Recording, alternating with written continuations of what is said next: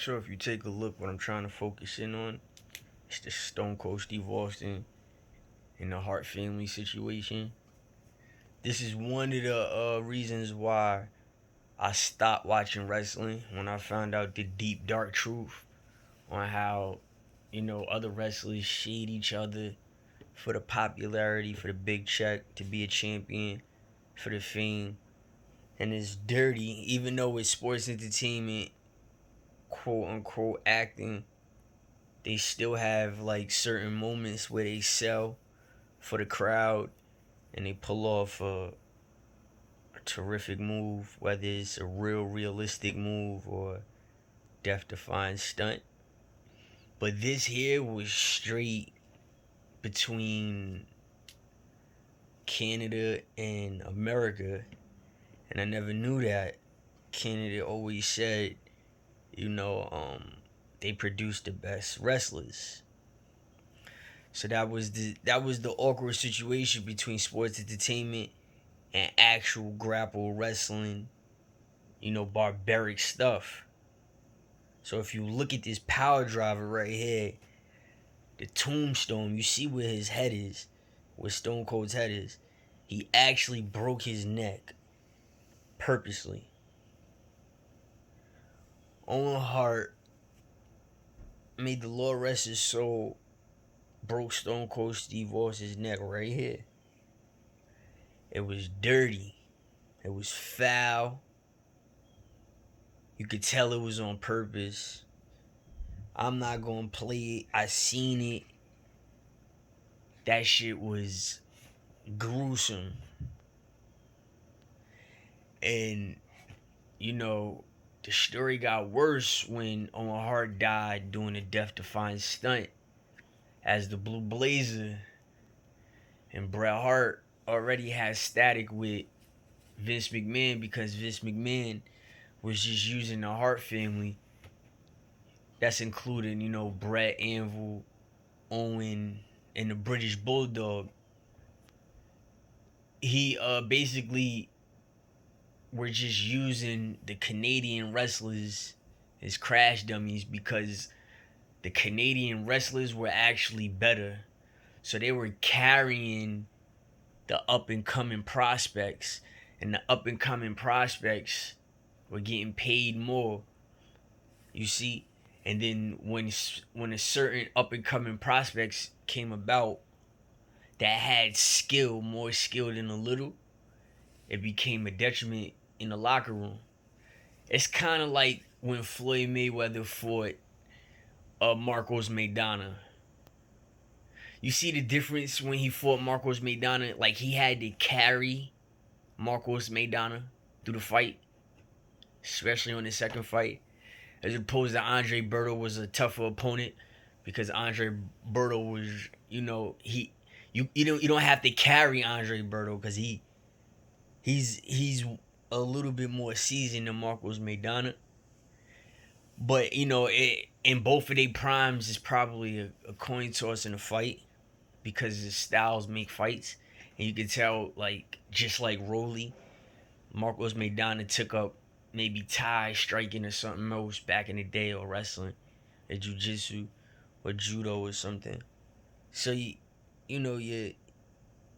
stance is there, your IQ is there, your strategy is there, and the memory is there. But if you look at this power driver, this is a terrible power driver. You see where that man's head is?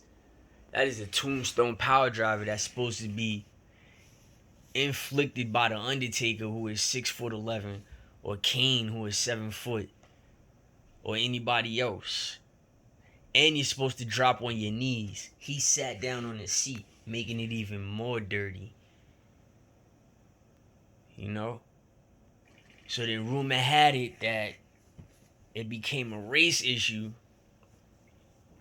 You had things like the Ultimate Warrior, him having psychological issues along with Texas Tornado. They was very close with each other. Texas Tornado committed suicide, and I was like, if I'm not mistaken, I think that was his like relative, honestly. but they said they were best friends in front of the camera. But I think they were relatives. Um, it was a whole bunch going on, and that's what the WWE at the time was.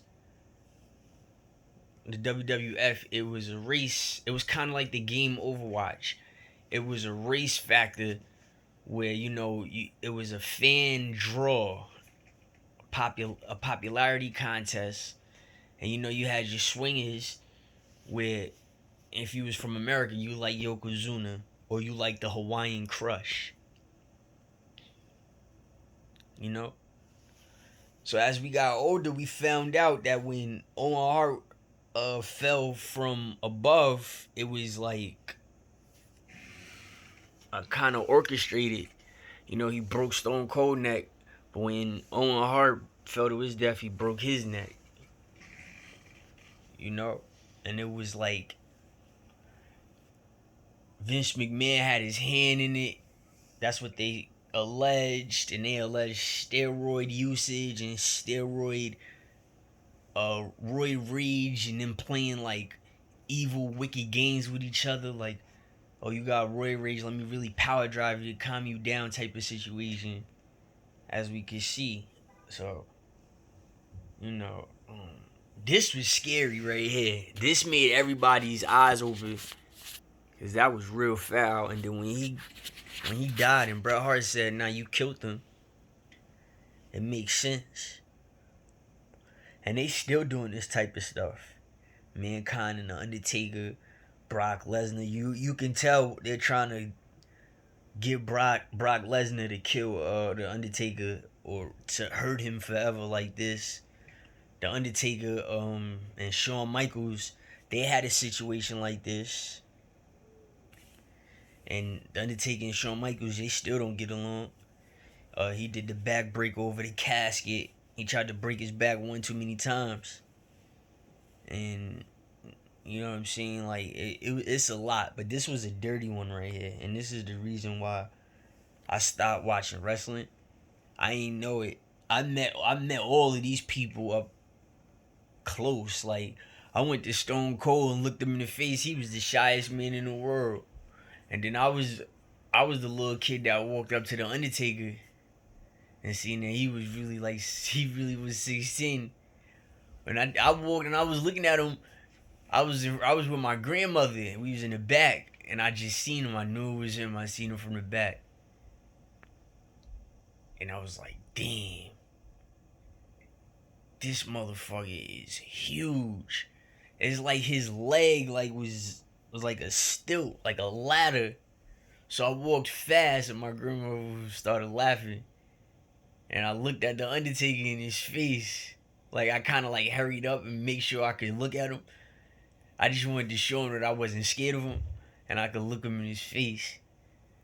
And he looked down at me. I was on his right side, and he looked down at me, and my grandmother started laughing, and he started staring at me. I started staring back at him. That shit was funny, but behind closed doors, these people are so different. You know what I'm saying? And Vince McMahon, to be as old as he is, he's pretty in shape. He's a fit human being. And with people that come with being intact with their body comes a sharp brain also. As you can see, a lot of people retired or they got old and flabby, and they beat their body up, and he's still behind the desk, not with no significant injuries. You know what I'm saying? But this was crazy, and this is the reason why I stopped watching wrestling.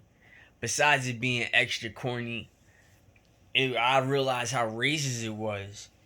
And Canada actually had an alliance in the WWE, and he was actually violating people, like hurting people, like trying to snap their ankles, trying to snap your back. I didn't know that shit was real. This was real. You remember how they all came in pink and black? Remember that Anvil? And then they had the British Bulldog. That was their brother-in-law, cause he married their sister, and their sister knew how to wrestle, and the grandfather too knew how to wrestle. So when the Hart Foundation, Bret Hart, Owen Hart, Jim the Anvil Neidhart, when they was wrestling, they was actually hurting people. But I'm gonna leave you with that. That shit is scary, dog. Like I would never go into that profession. That's a fucked up profession.